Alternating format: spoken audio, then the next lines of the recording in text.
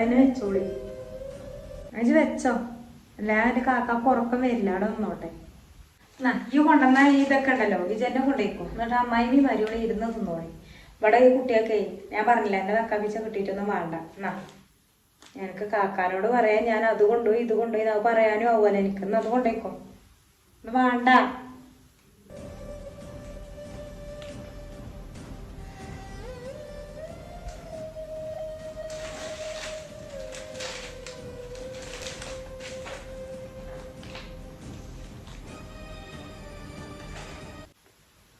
കുട്ടികളെ ഏതായാലും ഇപ്പം കൊണ്ടുപോയി നന്നായി.